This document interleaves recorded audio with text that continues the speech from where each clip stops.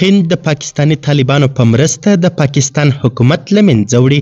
پاکستاني وزیرانو او استازو ادعا کړې چې هندوستان د افغانستان طالبانو په مرسته پاکستاني طالبانو ته پیسې ورکوي، خو د پاکستاني چارواکو یا د ادعا ته اسلامي امارت سخت غبرګون ښودلی دا چې دغه پاکستاني لوړپوړو چارواکو نور څه ویلي او کوم تورونه یې پورې کړي او په اړه اسلامي امارت کوم سخت غبرګون ښودلی.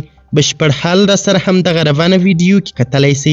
سلامونه قدرمنو لیدونکو، مشال پریس یوټیوب چینل ته مو هرکلی کوم. اسف درانی وایي هند د افغانستان له لارې د ټي ټي پي مالي ملاتړ کوي. د افغانستان لپاره د پاکستان ځانګړي استازي اسف درانی ادعا وکړه چې هند د افغانستان له لارې د پاکستاني طالبانو یا ټي ټي پي مالي ملاتړ کوي. اسف درانی نن سهشنبه د اسلام آباد د سیمهیزو څیړنو انسټیټیوټ په غونډه کې وویل هند د پاکستاني طالبانو د جنگي لګښتونو لپاره نږدې 15 میلیارډ روپۍ ځانګړي کړي دي. د هغه په وینا هند دا پیسې د بلوا د ژوندۍ ساتلو لپاره لګوي. تر دې پخوا هم په ځلونو پاکستان ادعا کړې چې هند د بلوچستان د خپلواکي غوښتونکو او ټي ټي پي ملاتړ کوي. د اسف درانی په وینا په افغانستان کې د ټي ټي پي د 15,000 او 6,000 ترمنځ جنګیالي میشت دي.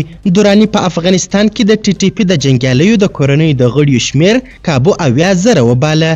د اسلامي امارت حکومت تر اوسه پورې د درانی د ادعا په اړه څه نه دی ویلي، خو اسلامي امارت تر دې پخوا په ځلونو د افغانستان له خاورې د بل هیواد پر ضد د ټي ټي پي په شمول د هرې ډلې د فعالیت ادعا په کلکه رد کړې ده او پاکستان ته یې سپارښتنه کړې چې خپلې ستونزې په خپله خاوره کې په خپله حل کړي، افغانستان ته دې مشکلات نه جوړوي. بلکې د اسلامي امارت د مشرانو په وینا پاکستان افغانستان ته ستونزې جوړوي. په همدې حال کې ځینې کتونکي وایي پاکستان له یوې مودې راهیسې د افغانستان د اسلامي امارت له حکومت سره ډیپلوماټیکې اړیکې پرې کړي دي. په وروستیو ورځو کې د اسلامي امارت د بهرنیو چارو وزارت سرپرست امیر خان متقي په یوه غونډه کې بې له دې چې د پاکستان نوم واخلي دا هیواد د داعش په روزلو او ملاتړ تورن کړ. قدرمنو لیدونکو، د ویډیو له کتلو مننه مننه. د لا زیاتو او نورو لحظه پر لحظه خبري مطالبو لپاره زموږ همدغه مشال پریس یوټیوب چینل سبسکرایب کړئ. تر بیا او بلې ویډیو ښه وخت ښې چارې د الله په امان.